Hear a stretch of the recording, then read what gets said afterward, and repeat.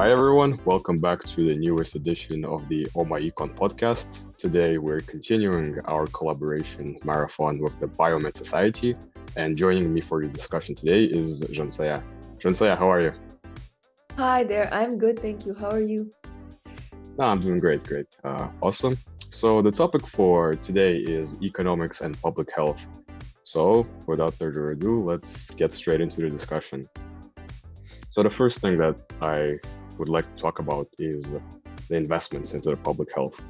Public health is obviously an institution, a sector of the government, public life that is funded by the government in most countries anyways. And, specifically about, there are about billions of dollars worth of dollars being invested into public health institutions each year in the more civilized, economically more developed civilizations. So I would just like to ask and talk about the effects of such investments. And, do you think there is a potential need for even more? Yes, so investments in public health are largely made by the government in most countries, and this is because governments genuinely have the responsibility to protect and promote the health and well-being of their own citizens, and the responsibility is to also ensure people have access to essential healthcare services.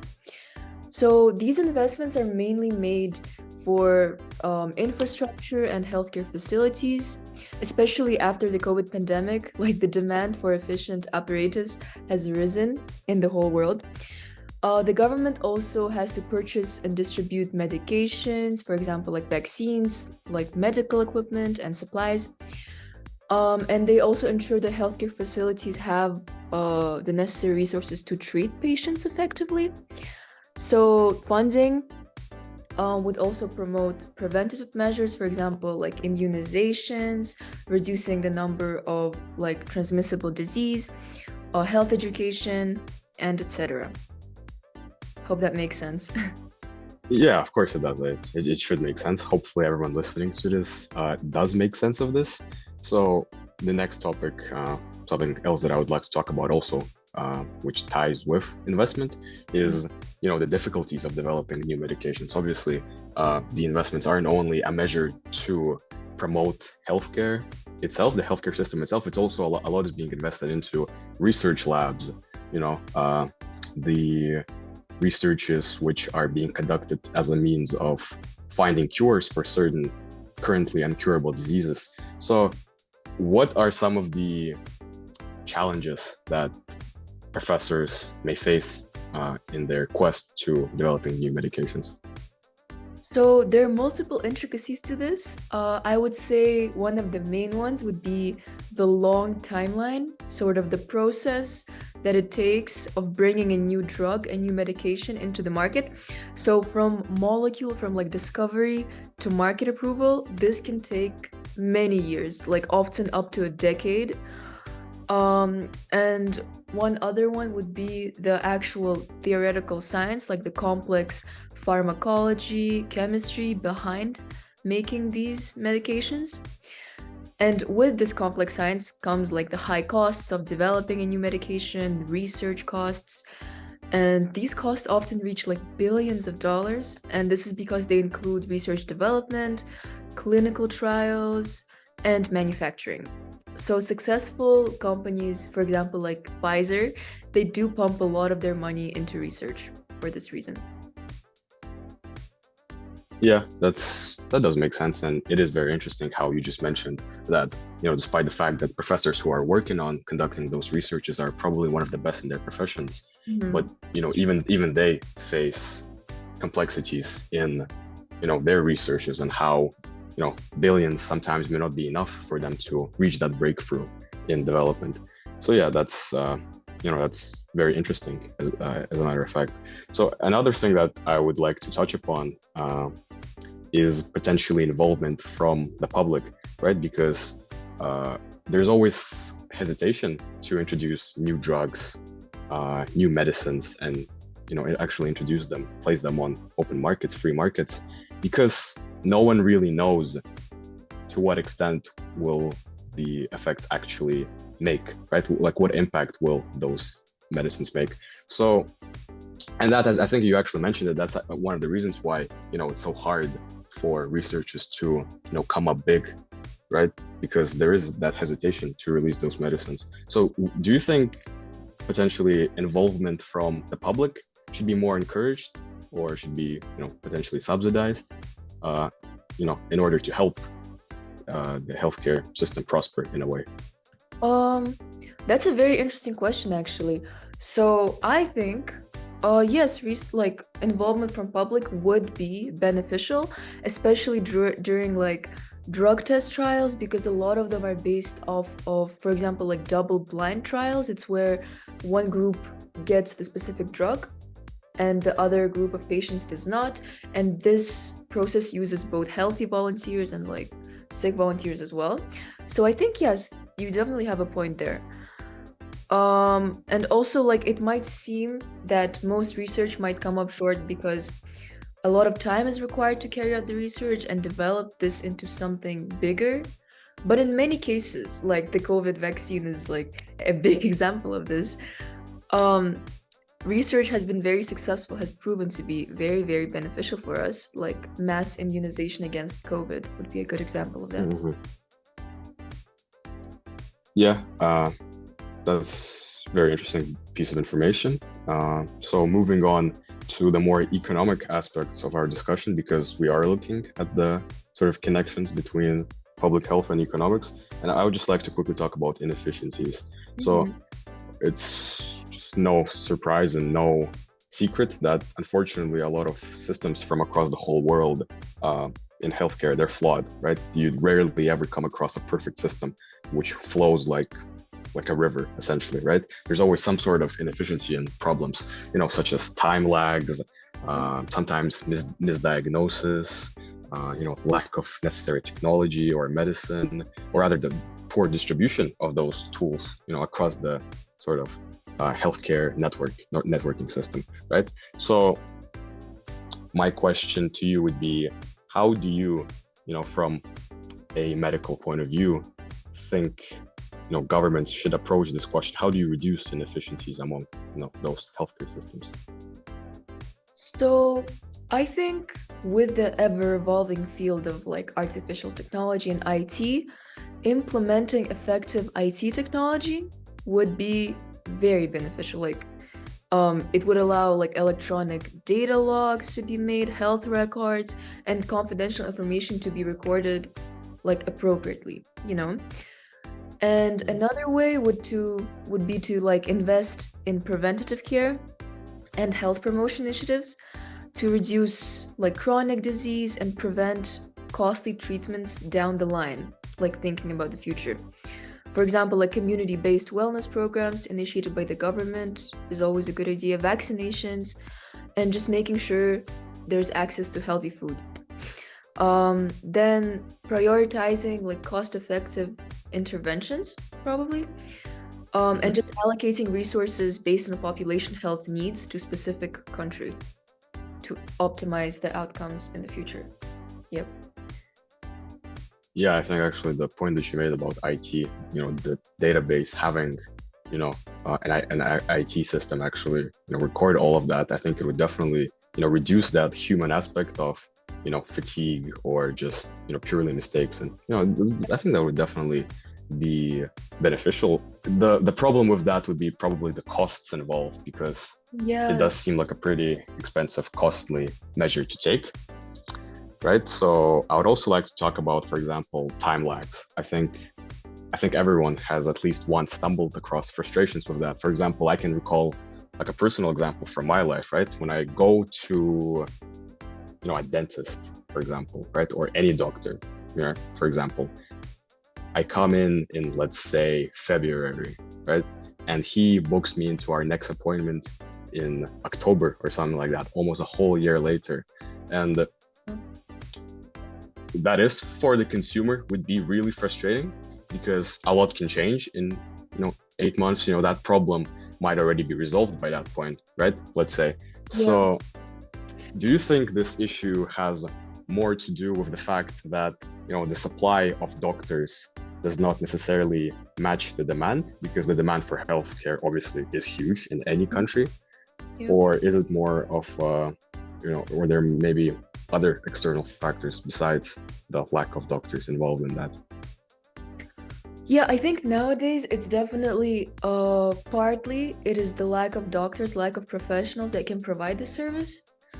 And then on the other side, it's just because there are too many consumers, simply speaking. Because there are a lot of factors that affect our health nowadays, like the environment, for example, is a huge factor. As environment worsens, our health worsens with that as well. And this is a huge problem that I think many countries face. For example, like the UK, like as you said, your example with the dentist appointment, that's very accurate. And a lot of countries are dealing with this problem and trying to figure out what's happening. Yep. Yeah, and for example, I also would like to talk about, I think, an even bigger issue in healthcare is the misdiagnoses. I think, if you just take a look from the human perspective and the perspective of human life, that's probably, the biggest mistake, the biggest inefficiency that can be, because, the whole point of efficiency is maximizing welfare, and that does not maximize welfare at all, misdiagnoses. And unfortunately, it does happen to occur quite often. It is pretty prevalent in Yeah. a lot of the countries, unfortunately. So do you think this problem has mostly to do with, potentially the lack of expertise, or does it have to do potentially with the lack of technology, medicine, which would better suit that doctor to make the correct diagnosis? Or, what else can it be, in your opinion? It can definitely be the lack of technology in underdeveloped countries as well, and the expertise. For example, the national health system in the UK, again, I'm going to use that as an example. There's a lot of demand for specific doctors, but just not enough of them, exactly. And talking about this, I wanted to ask how, in your opinion, would you be able to boost like healthcare funding? And maybe talk about like higher taxations or anything like that, in your opinion. Yeah, I think that's very relevant, and I'm glad that you asked that, because yeah, taxation on the surface level seems like the easy solution, because more money that's getting taxed from the people income taxes and value added taxes, the more money there is for the government to invest into the healthcare. And while on the surface, as I said, it would work, there would definitely be more investment into the healthcare system. I think the problem that arises when you propose this sort of an initiative is you have to be really rational when you look at the, let's say, average income of a household or even of an individual in a particular country and in a particular economy, respectively, right? If the average wage of an individual is about 20,000 euros a year, and of a household that would be around 35,000, then you cannot really expect to tax in federal taxes anything above 15%, right? Because, essentially you're leaving those people unincentivized, because basically they work for pretty much nothing if, almost half of their salary gets taxed and taken away and reinvested by the government. So it is a good initiative, but as I said, there are multiple problems with that, right? On the contrary, something that could work potentially is subsidizing particularly medical schools, right? For example, we talked about potential lack of expertise. That is something that would definitely minimize this issue to a certain extent. But again, there is problems with the government budget, because subsidies are undertaken by the government completely. It's not very often when an independent organization is incentivized to subsidize, for example, a healthcare institution or a medical school, so to say.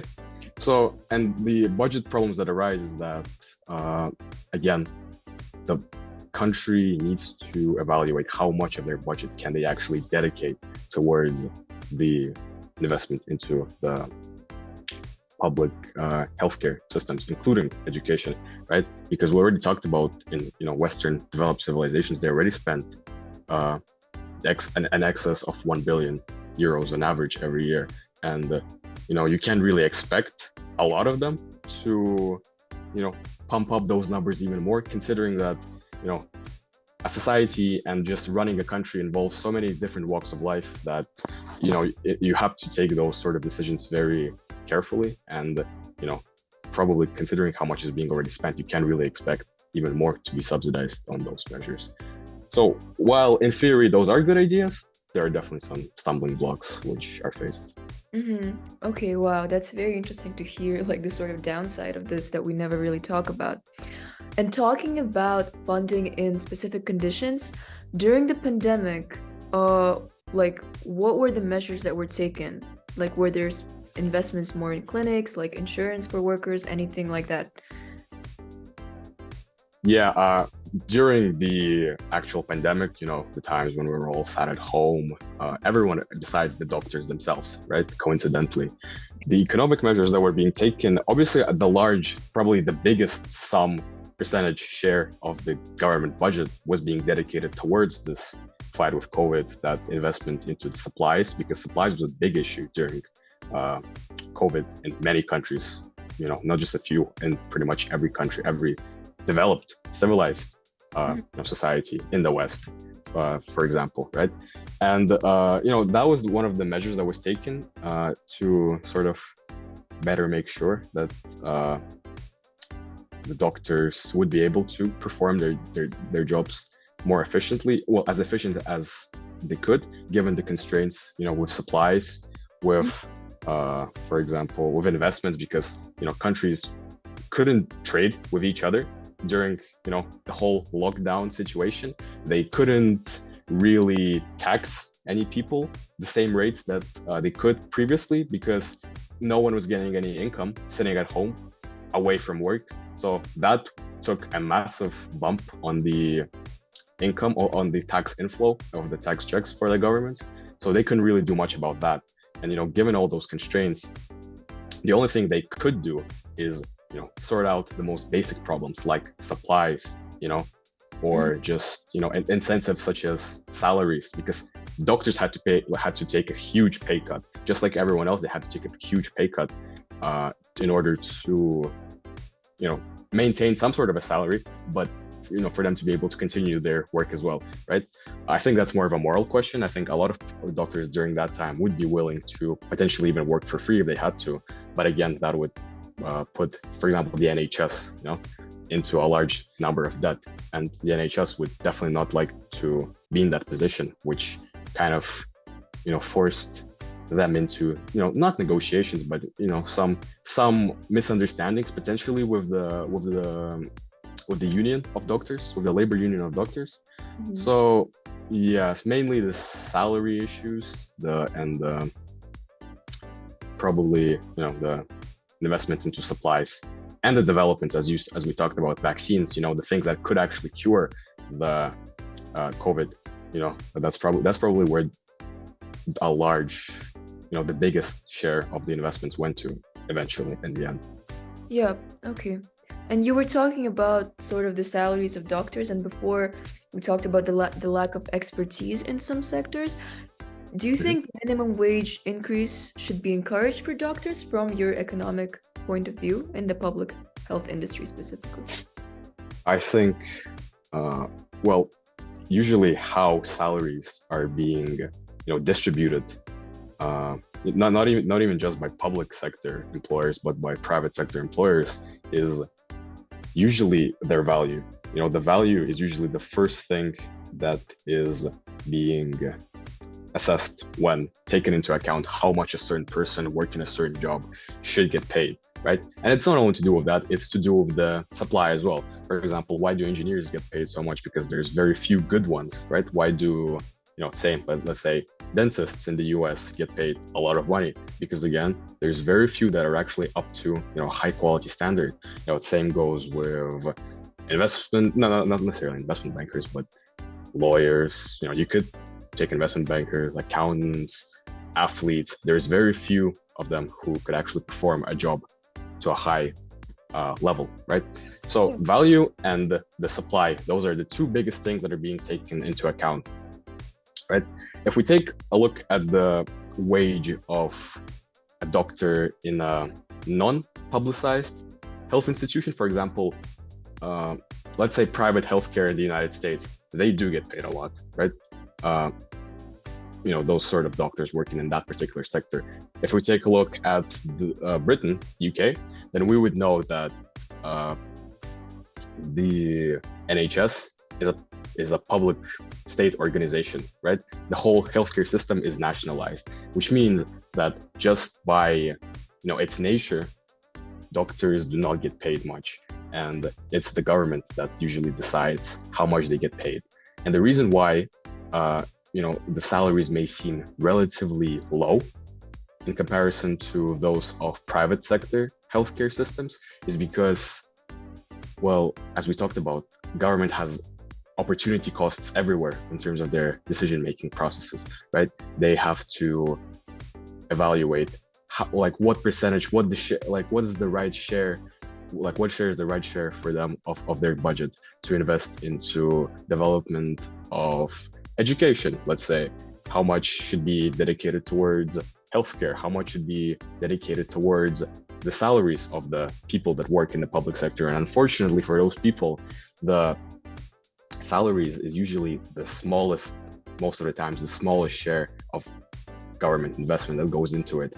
So from a moral perspective, yes, the doctors are of very high expertise. It's a very tough fraternity to become a professional in.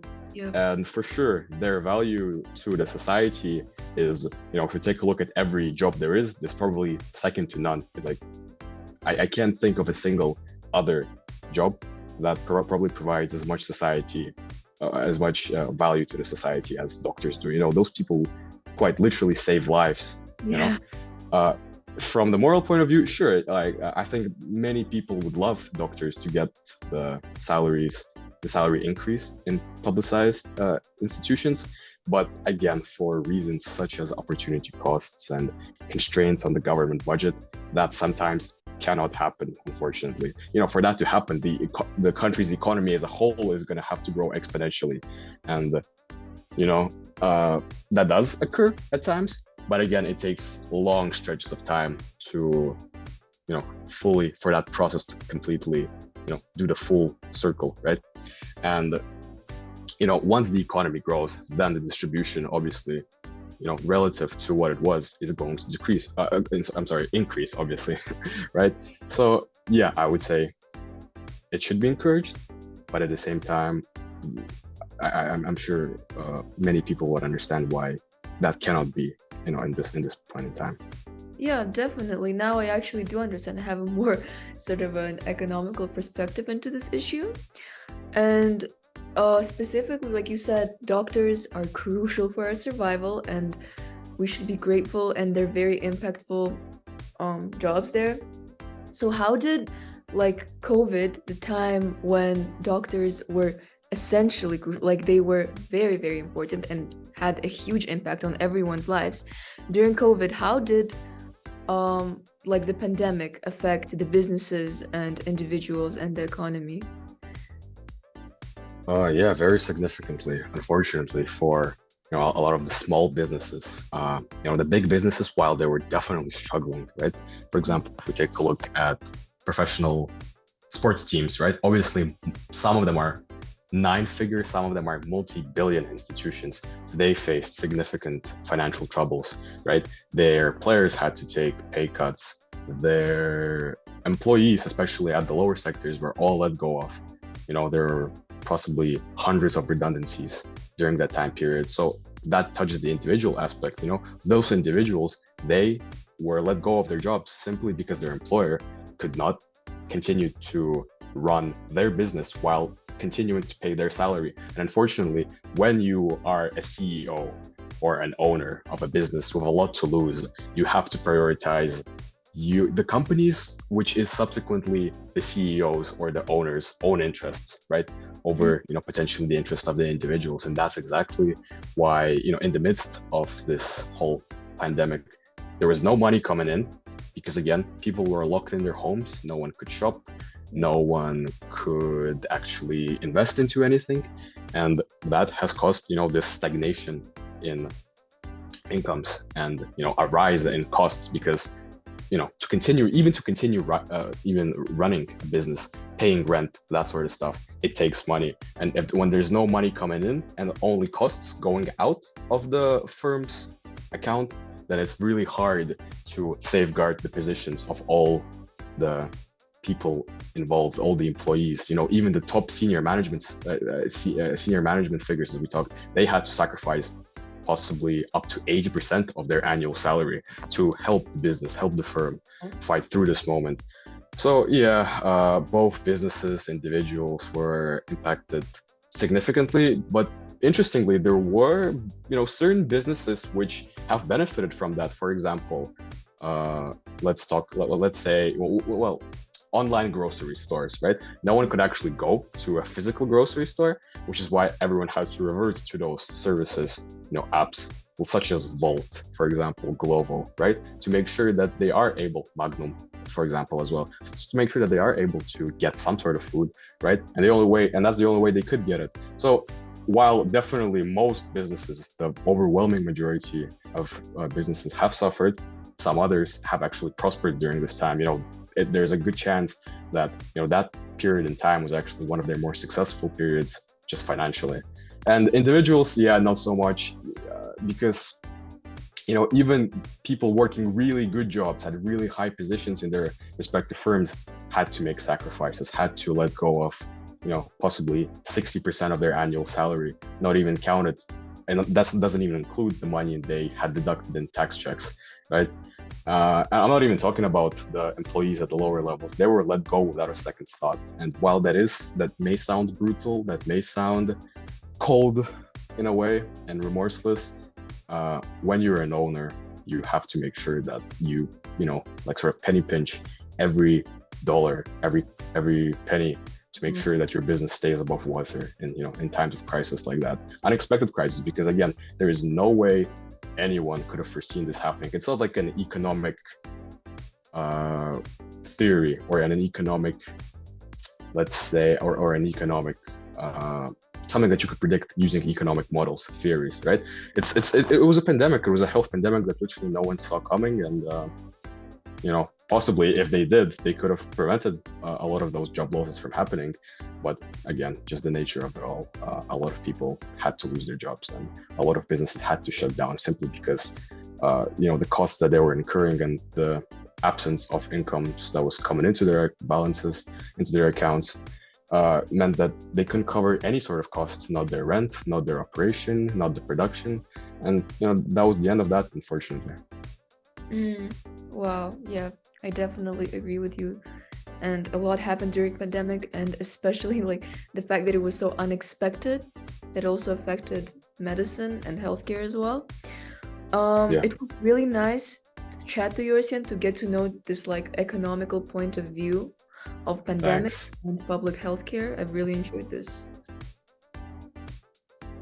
Yeah, it was really, really good to get a better insight on the medical point of view, because I wasn't really sure about all the difficulties. I was always wondering to myself, why is given all the investments that are being made into healthcare, why is it so hard to come up with certain cures, or to reach some sort of a breakthrough in medical researches. Now, after chatting to you, I can definitely say that I have a much better insight of that. So thank you for the conversation, for sure. Thank you.